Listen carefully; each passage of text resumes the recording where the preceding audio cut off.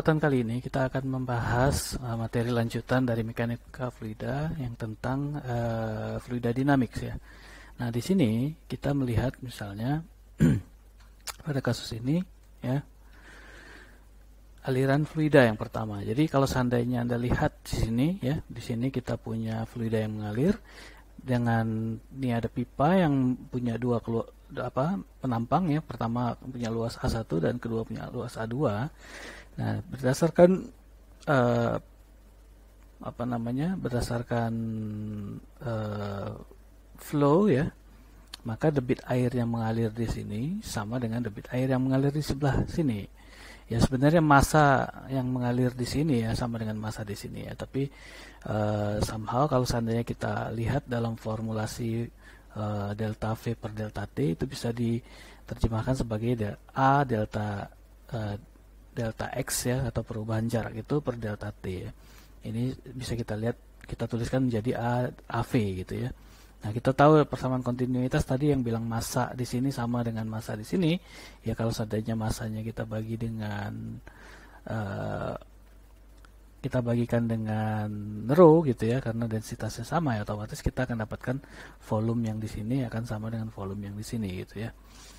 Maka ya kita bisa tuliskan formulasinya tadi, volume yang lewat itu sama, tapi volumenya kita tuliskan dalam bentuk luasan, maka kita bisa tuliskan dalam bentuk AV1 sama dengan AV2 yang sini.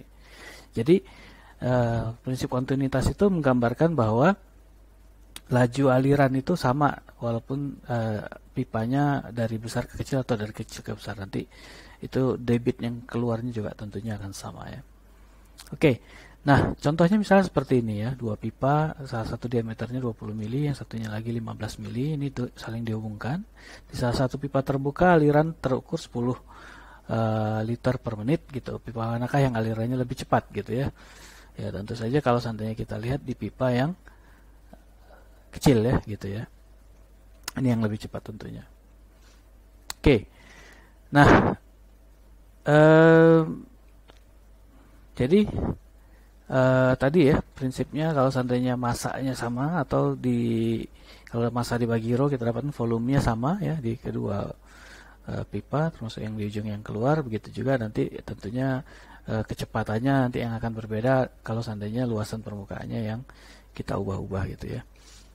Nah, begitu contohnya dengan keran ya. Kalau seandainya Anda lihat keran kalau dibuka itu makin lama bentuknya seperti ini, mengkerucut. Kenapa ya? Karena memang pengaruh gravitasi gitu ya. Karena pengaruh gravitasi ada percepatan, jadi kecepatannya nambah. Jadi karena kecepatannya nambah, maka luasnya harus menyesuaikan ya. Karena kecepatannya di bawah nambah, nah, maka luasannya menjadi lebih kecil. Di sini karena baru keluar kecepatannya rendah, otomatis luasannya menjadi lebih besar. Itu sebabnya kenapa kalau air kita bukanya jangan buka besar gitu ya, kelihatannya nggak kelihatan. Kalau kita buka dikit pasti bentuknya akan mengkerucut seperti ini ya.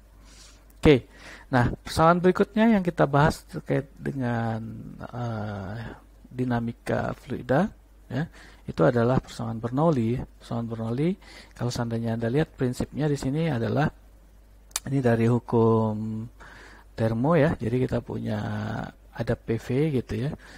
Terus di sini juga ada setengah mv kuadrat dari energi kinetik nih, seperti dijelaskan di bawah.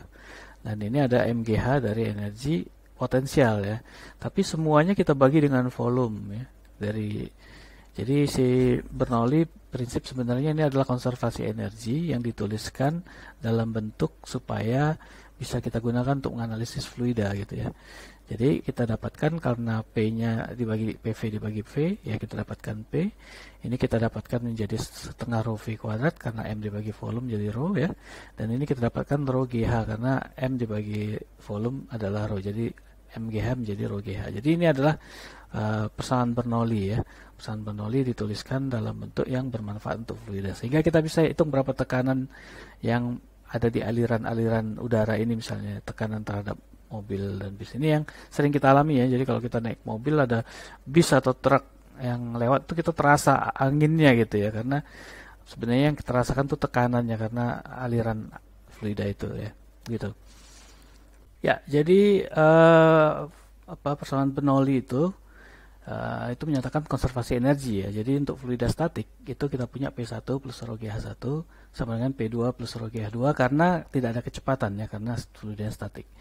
Nah, persamaan Bernoulli untuk kedalaman konstan itu juga kita pakai rumusnya P1 plus setengah rho V1 kuadrat sama dengan P2 plus setengah rho V2 kuadrat. Karena kita tahu bahwa kedalaman konstan berarti hanya sama ya, jadi otomatis kita hanya pakai rumus ini. Nah, kalau seandainya dalam kasus ini misalnya kita berbicara tidak ada kedalaman di sini ya, kemungkinan kita menggunakan rumus yang ini saja ya, jadi antara V dan tekanan ya. Jadi tekanan awal dengan tekanan di dalam sini yang makanya dibedakan terus P0 dan PI ya, otomatis nanti tekanan itu akan berubah nilainya ya. Kalau P0 dengan P0 tentunya kita asumsikan tekanan atmosfer misalnya ya. Kalau di sini tentunya nanti nilainya akan berubah ya. Gitu.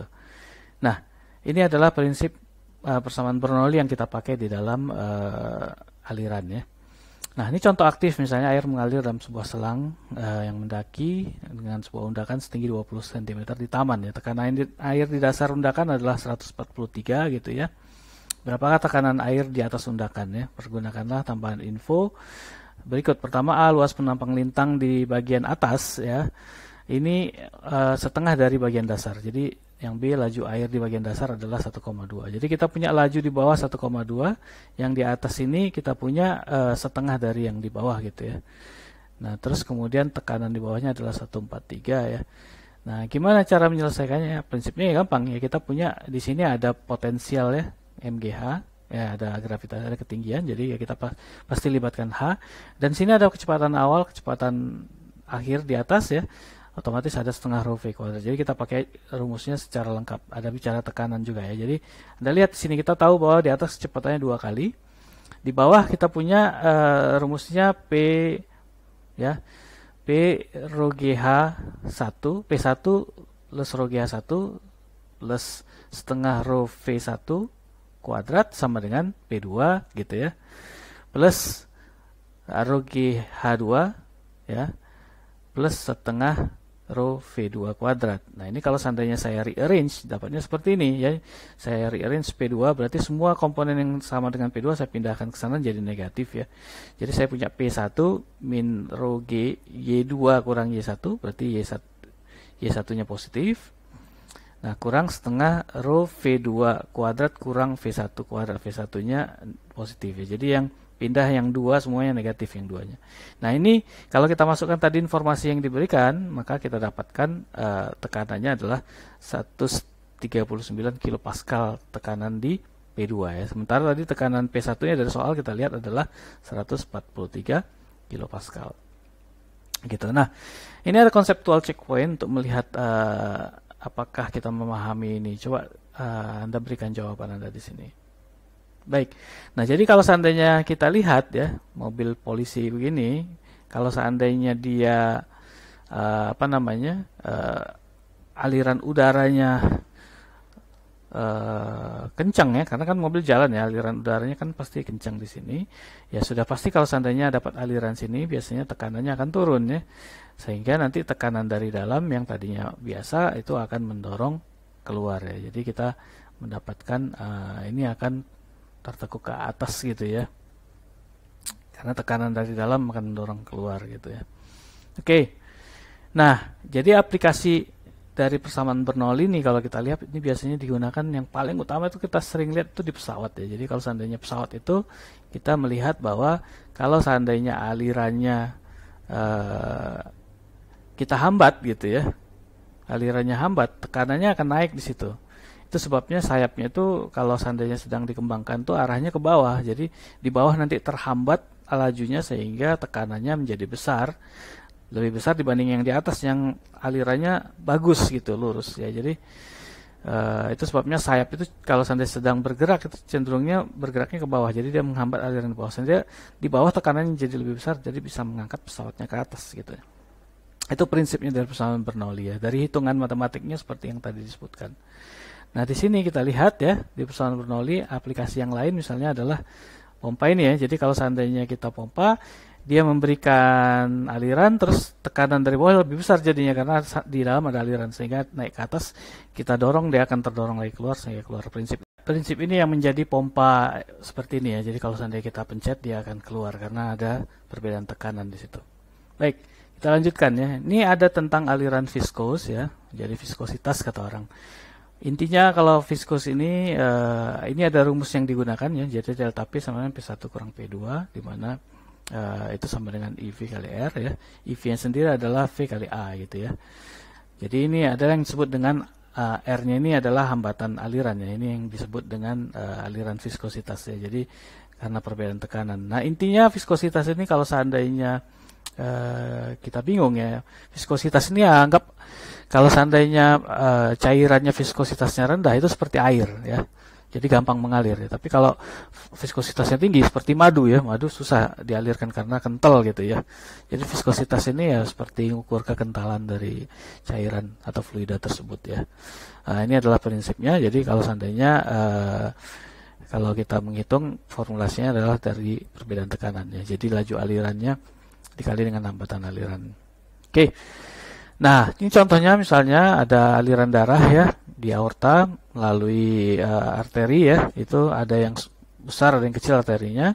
Ada problem kapilaritas di dalamnya, terus kemudian sampai dengan atrium ya.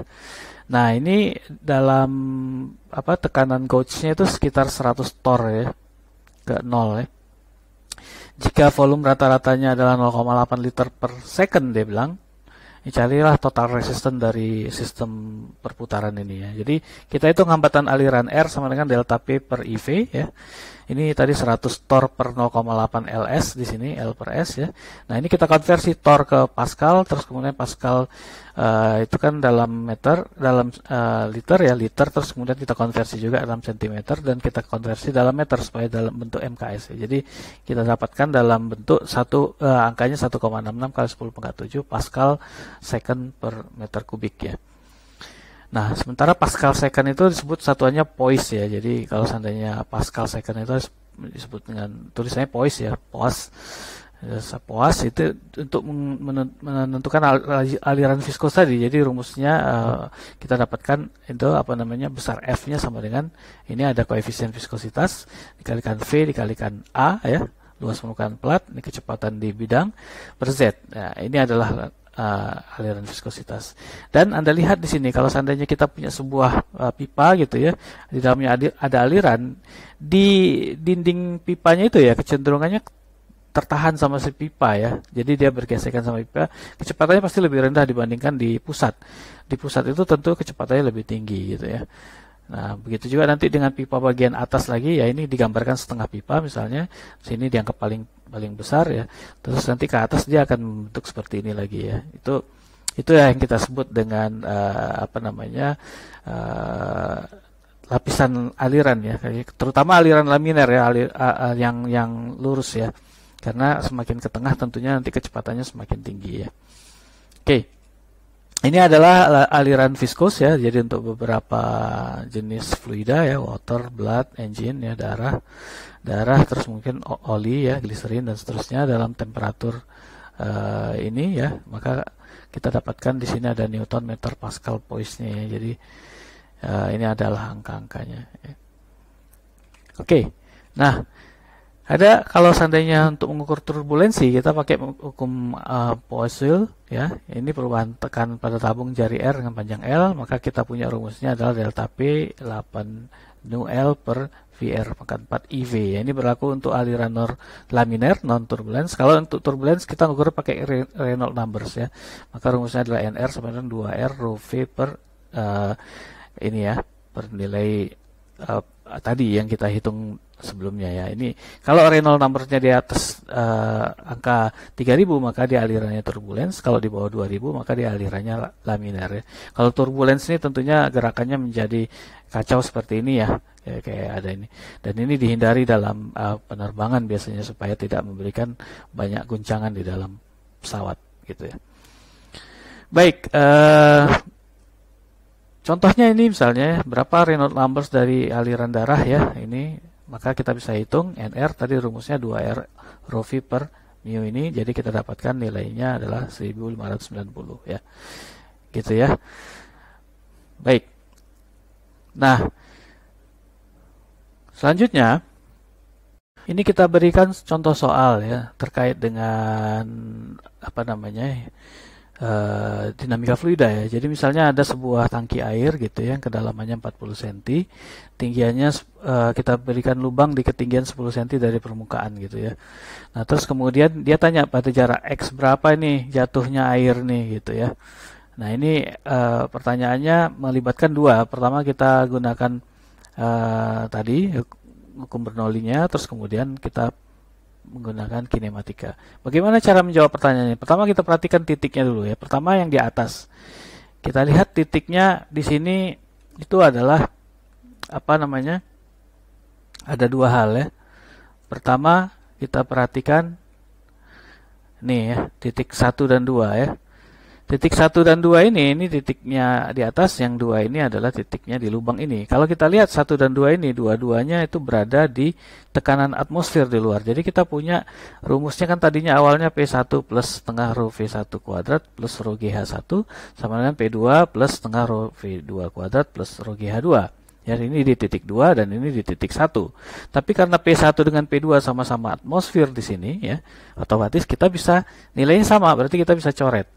Itu satu. Yang kedua, kita lihat hanya kalau di atas ini itu hanya berarti kan kedalaman sampai dengan titik pengamatan. Jadi titik pengamatan ini hanya 0, di sini hanya 0, di sini hanya ya 10 ini, 10 cm ini gitu ya. Karena dia punya ketinggian 10 cm dari titik pengamatan ini. Jadi ya kita pakai kalau seandainya hanya yang satunya kita asumsikan tingginya 10, yang ini kita asumsikan nilainya 0. Nah, terus satu lagi, kalau di sini karena dia ini besar dibanding lubang, otomatis di sini V-nya akan kelihatan besar, di sini V-nya ya pasti dia turunnya pelan-pelan, sedikit-sedikit. Jadi practically kita anggap V-nya tuh 0 ya, karena kan turunnya hampir nggak kelihatan gitu ya.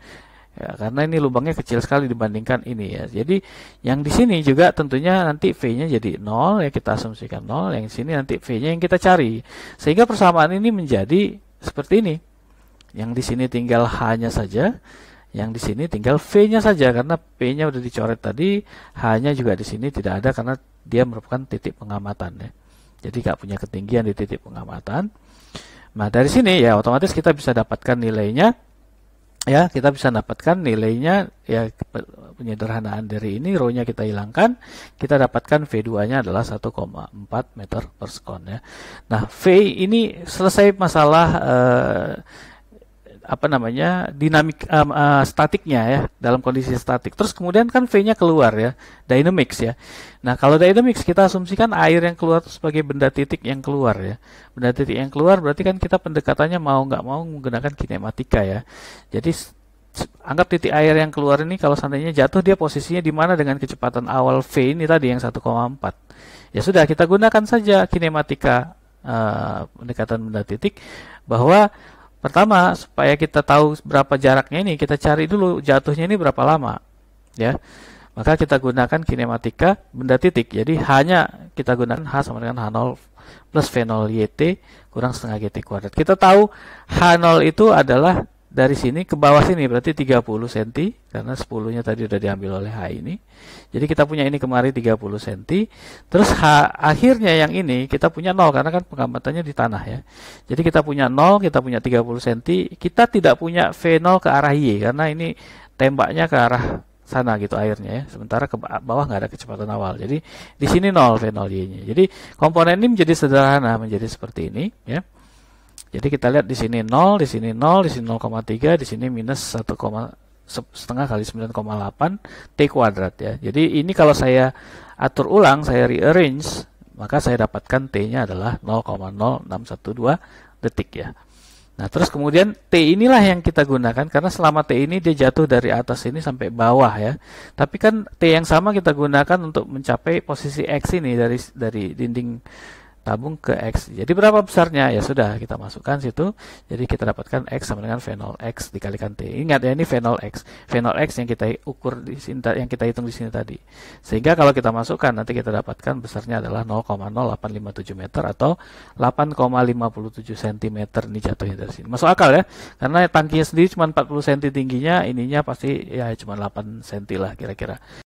Baik, ini kita berikan tugas latihan untuk Anda. Silakan dicoba dikerjakan ya.